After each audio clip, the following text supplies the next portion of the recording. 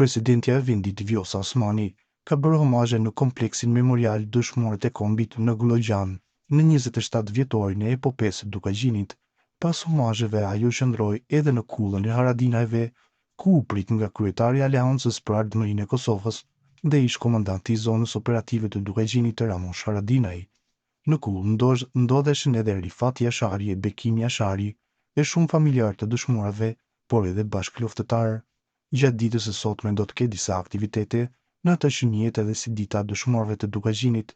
Aktivitetet e shënimit të epopesë në Dukazhin janë organizuar nga komuna Deçanit dhe kanë filluar më 21 mars, ndërsa sot mbahen homazhe në kompleksin memorial dëshmorët e kombit në Gllogjan nga ora 11 deri në orën 12 dhe një program artistik te kulla e Haradinajve nga ora 13.